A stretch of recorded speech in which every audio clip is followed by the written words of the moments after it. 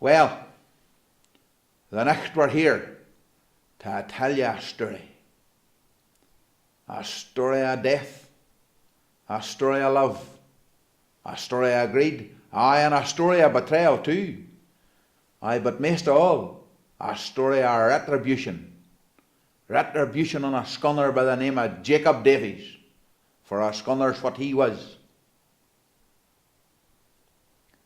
Our tale starts on the 18th of December 1657, when Lieutenant James Haddock died all of a sudden, without his estate richly in order. He had been about the business, of putting his estate in order, of getting his house and his grounds on a lease and in a will till his own son John.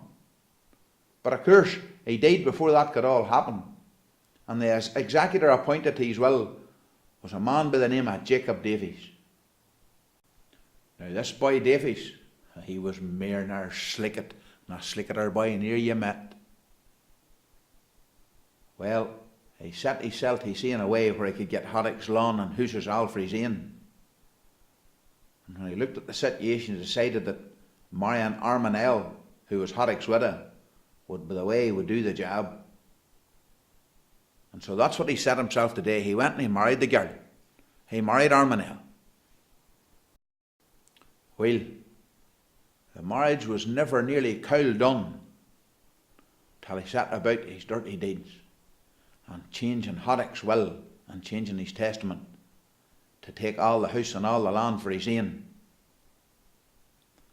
Many's a rumour was told around the country about what Davies was at, but nobody could prove a thing, for he was the executor of the will and had all the power in his own and kept it all a secretly sell. Now, Haddock had been dead for about 4 years, when a young cove by the name of Francis Taverner was heading home for Belfast one night. He'd been away in business for his employer, Lord Donegal, and he was heading for Belfast to Malone, heading out to him.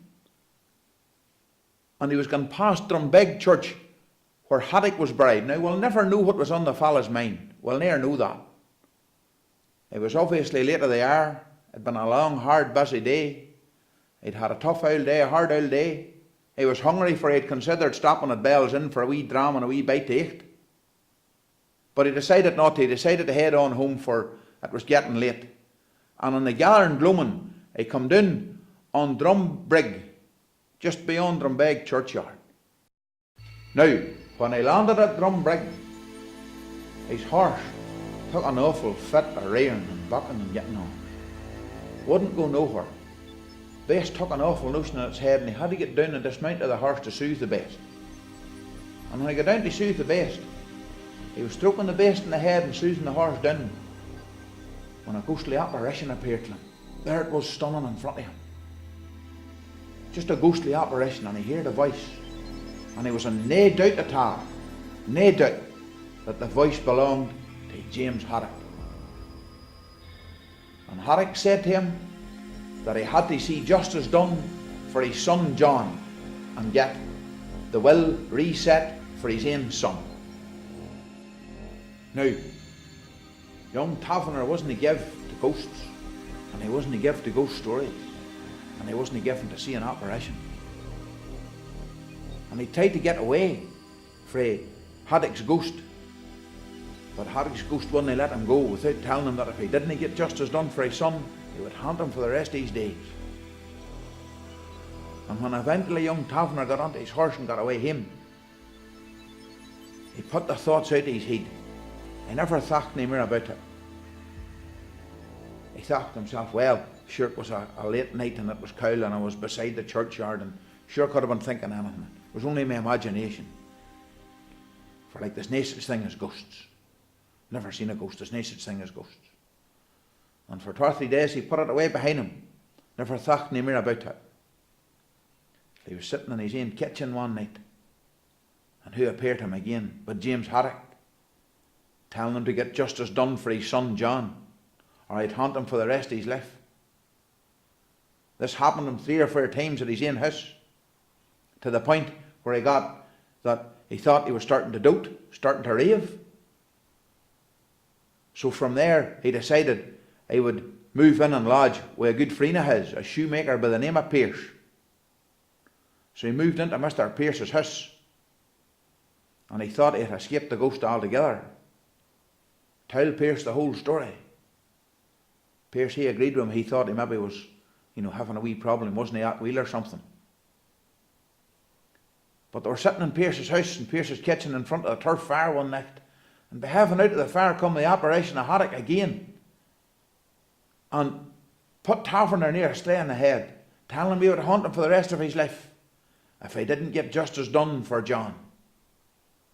That he had to go and get a case took in Carrickfergus court. He had a visitation put unto Davies and get a court case taken in Carrickfergus ecclesiastical court. Now, Taverner's appearance and behaviour put the fear of Almighty God into young Pierce. The lad was terrified, absolutely terrified at his life. Was in fear of his life, didn't know what to do. So he did the only thing that he knowed how to do. And he took Taverner to Lord Donegal's curate, who took one look at him and said, there's something badly wrong here, and took him straight to Bishop Downs. When Bishop Downs seen Taverner and heard his story and seen the way he behaved, he become convinced that Taverner was telling the truth. So when he become convinced of that, he decided that he had to do the visitation to Jacob Davies to see could he get him to change his mind, change his way of going. Well, he went to Davies, and of course there was no change in Davies. Davies wasn't for turning, he wasn't for changing, for he seen the grin and seen the house coming to his end. So the only thing the Downs could do was prepare a case for the ecclesiastical court in Carrickfergus, run by Archbishop Jeremy Taylor. Now, of course, a case like this here, well, sure, it become public knowledge, for you know what gossip is. And there's never nothing but gossip. And when the day of the court case arrived, sure, the court was full of people. For they'd all heard about the handling, heard about the whole thing, and they wanted to see what was going on. Like, how could anybody bring a case about James Haddock when James Haddock had been dead for the most of 5 years? And so the case was started. Archbishop Jeremy Taylor called the court to order.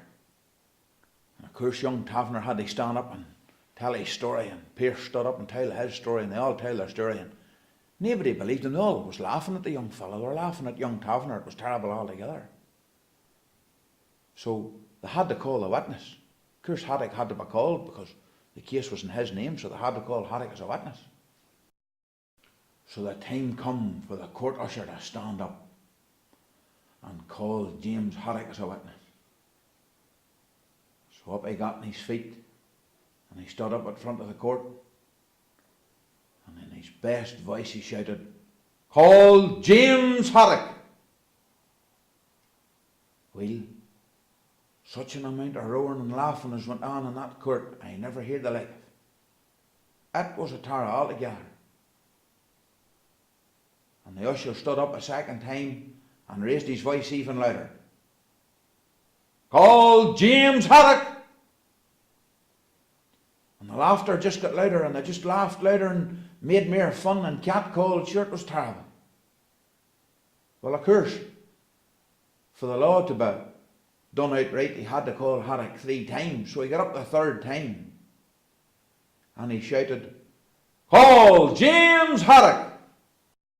Well, the words were not sooner out of his word till the laughing soon was stopped. There was a thump of thunder, a brattle of lightning, and this great rush of wind shook the whole building shook, and people stood looking round them. What's going on? I thought the place was going to fall down. And all of a sudden, a ghostly apparition appeared.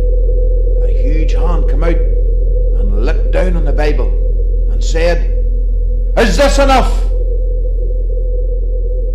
Faith, was it enough? Aye, it was enough, all right. For they found the case again Davis to be held up, and Davis left the court to catcalls and jeers in complete disgrace. And better than that, he got on his horse and in his ill bad temper and fury, spurred his horse on him far too quick, and come into a wee loaning and turned into the wee loaning, and of course he was going too quick. He fell out of the horse, and he broke his neck, and he died.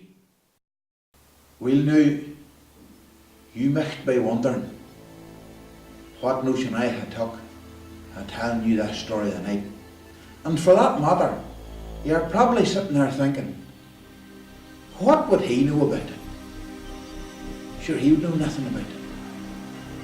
Well, I'm going to ask you a question. If you think I know nothing about it, is that enough?